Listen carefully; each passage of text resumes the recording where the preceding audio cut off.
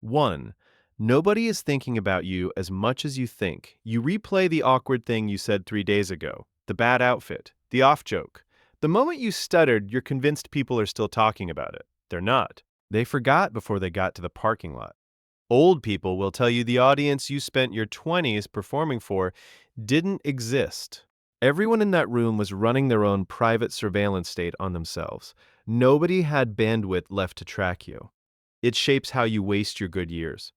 You skip the dance class because you'll look stupid. You don't speak in the meeting because someone might judge you. You don't post the thing, send the message, wear the outfit. The prison is empty. You're the only inmate. The unlock is small and infuriating. The freedom you're waiting for already exists. Nobody is watching. They never were. Move accordingly. 2. Marry someone you genuinely like, not just love. You picked them for the chemistry. The way they make you feel seen. The intensity. 20 years in, the chemistry is intermittent and the intensity is exhausting. What you're left with is the person across from you at breakfast. Old people will tell you the marriages that survived weren't the most passionate. They were the ones where two people genuinely enjoyed talking to each other on a slow Tuesday, where neither person had to perform, where the silences felt easy. It shapes the texture of your last 40 years more than any other choice. Pick someone you love but don't actually like, and the love eventually runs out of fuel. Pick someone you like deep down, and the love keeps regenerating from a steady source. The test isn't how you feel at the wedding. It's how you feel on a rainy Sunday with no plans. Boring with them should still feel okay. If it doesn't now, it won't later. 3. Your parents won't be here forever. You assume there's time. There's always next Christmas, the next phone call, the next visit. The conversations you keep meaning to have can wait until things calm down. They never calm down. Then one of them gets sick. Old people who lost their parents will tell you the regret isn't about the big unsaid things, it's about the small ones. The questions about their childhood you never asked, the recipe you assumed someone wrote down. The hour you had with them that you spent on your phone, it shapes a specific kind of grief that doesn't show up until you're orphaned. You become the oldest generation overnight, and you realize how much of your own history walked out with them. The work is unglamorous. Call them when nothing's wrong. Ask the question you've been putting off. Record their voice telling a story. The window is wider right now than it will ever be again. 4. Money buys freedom, not happiness. You assume the number fixes you. The salary, the house, the savings, all unlock a calmer version of yourself. The number arrives. The unlock doesn't. You're the same person, just in nicer surroundings. Old people who got rich and old people who stayed broke agree on this point, which should tell you something. Money solves financial problems. It doesn't solve character problems. The anxious person becomes a wealthy anxious person. The chronic comparer just compares with bigger numbers. What money actually buys after a certain threshold is options. The ability to walk out of a bad job, the ability to say no without panic, the ability to handle an emergency without it becoming a catastrophe. That's enormous. That's not the same as being happy. The mistake is optimizing your 20s for an outcome the money was never going to deliver. You burn the relationships, the health, the curiosity in service of relief that doesn't arrive at any number. 5. Learn to be alone with yourself. You can't sit in a quiet room. You can't drive without a podcast. You can't walk to the store without earbuds. The phone is in your hand before you're fully awake. There is no moment of the day where you're alone with your own thoughts. Old people will tell you this is a slow disaster. You end up making big life decisions just to avoid silence. The relationship you stay in. The job you don't quit. The friend group you keep, even though it's wrong, because the alternative is being by yourself for a while. It shapes the quality of your judgment. People who can't be alone outsource every important decision to whoever's standing nearest. People who can sit with themselves develop the ability to actually hear what they want, separate from what's loud around them. The practical move is unglamorous. Build at least one stretch of unstimulated time into every day. Walk without the phone, drive without the podcast. The good thinking only shows up after the noise leaves. 6. Boring habits create extraordinary lives. You're looking for the breakthrough, the big move, the transformation. You scroll past the unsexy stuff because it doesn't feel like enough. Save a bit, train a bit, sleep enough. Repeat for a decade. It feels like nothing. Old people will tell you it was the only thing that worked. The friends who made it to 70 healthy and solvent and sane didn't have a secret. They had a Tuesday they protected, a Wednesday they protected, and a Thursday they protected for 40 years.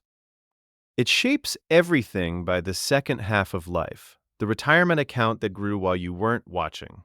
The body that still works because nothing dramatic was demanded of it. The marriage that compounded because nobody was looking for fireworks. The frustrating truth, the boring strategy, is the only one that's ever scaled. The exciting strategies all blew up at some point along the way. The people you envy at 60 weren't lucky. They just kept doing the small things while you kept waiting for the big one. 7. Time is the only resource you can't get back. You'll make more money, you'll meet new people, you'll find another job, you can replace almost anything you lose, except the time. Once an hour is gone, no version of you ever gets it back. Young you doesn't believe this. You spend hours on things that don't matter, because the hours feel infinite. The doom scroll, the argument with someone you'll never meet. The TV show you didn't even like, the relationship you knew was over a year ago. Old people will tell you the math becomes brutal in your 50s. You start counting backward. You realize you have maybe 20 good summers left, maybe 10 with your parents, maybe 5 before your knees stop letting you do certain things. The infinite resource turned out to be very finite, very late. It shapes a specific kind of regret. Not about the big mistakes, about the way the small hours leaked out unnoticed for decades. The hours weren't replaceable. You spent them like they were. 8. Your health in your 60s is built in your 30s. You feel fine right now. You eat trash, sleep 4 hours, skip the gym, and bounce back by noon. You think this is who you are. It's actually a credit line you're maxing out without reading the terms. The body keeps perfect records. Every late night becomes a future bad knee. Every chronic stress year becomes a future autoimmune flare. Every skipped workout becomes a future bad back. The bill arrives 20 years late with compound interest. Old people will tell you the regret isn't about the partying. It's about the systems they didn't build when building them was easy. The lifting habit they started at 25 instead of 45. The mobility work done before the injury, not after. The basic blood panel they could have caught at 30. It shapes the next 40 years more than almost any choice you'll make. The version of your body at 65 is being designed right now by someone who isn't paying attention. 9. Compound interest rules everything. You think this applies to money. Old people will tell you it applies to everything. Money compounds. Skills compound. Friendships compound. Reading compounds. Even bad habits compound in the wrong direction, just as efficiently. The thing that makes compounding so dangerous to misunderstand is that it looks like nothing for a long time. The first few years feel like wasted effort. The curve is flat. Then around year 10, it goes vertical and everyone wonders how you got there. It shapes who pulls ahead in the second half of life. The person who saved a small amount monthly from 25, the person who lifted 3 times a week from 30, the person who read for 30 minutes a night for 20 years. None of them did anything heroic. They just didn't break the chain. The frustrating part is that it's nearly impossible to believe in until you've lived it. You have to act on faith for a decade before the math starts working in your favor. Most people don't make it past year 3, 10. The career ladder might be on the wrong wall. You climb, you hit the next rung, you set the next target. You don't stop to ask whether the wall the ladder is leaning against is one you actually want to be at the top of. 20 years go by. You're high up on a wall that isn't yours. Old people will tell you the worst version of this isn't failure, it's success at the wrong thing. You spent your prime years getting good at a job you never really chose, surrounded by people you never really liked, optimizing for a destination that turned out not to be where you wanted to live. It shapes a specific kind of midlife crisis that's hard to articulate. Not depression exactly, more a quiet realization that the achievements don't feel like yours. They feel like someone else's wish list that you accidentally completed. The fix isn't dramatic, it's just a pause. Once a year, look up from the next rung and check the wall. If it's still your wall, keep climbing. If it isn't, the move down to the floor and across to a different wall costs less than another decade up the wrong one. 11. Protect your sleep, knees, back, and teeth. These four things become the entire conversation by 65. The trips you can take, the energy you have, the way your face looks, the mood you wake up in, all of it downstream of these four systems you spent your 20s ignoring.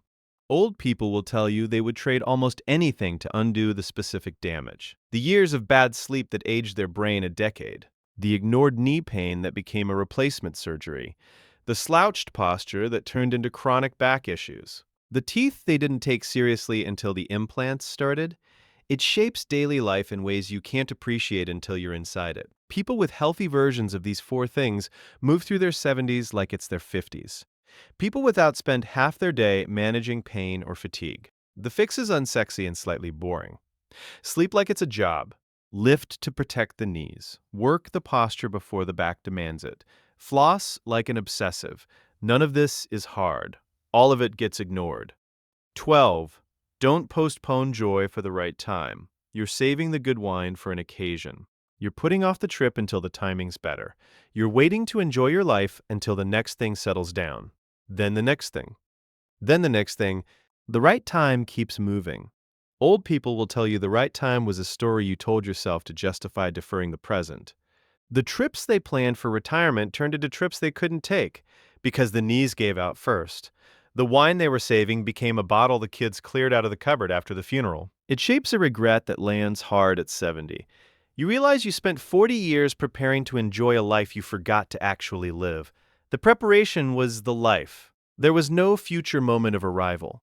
The shift is small. You stop saving things for later. You take the trip badly instead of perfectly.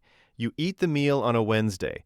You buy the flowers for no reason. The good times don't show up because you got the timing right. They show up because you stopped waiting.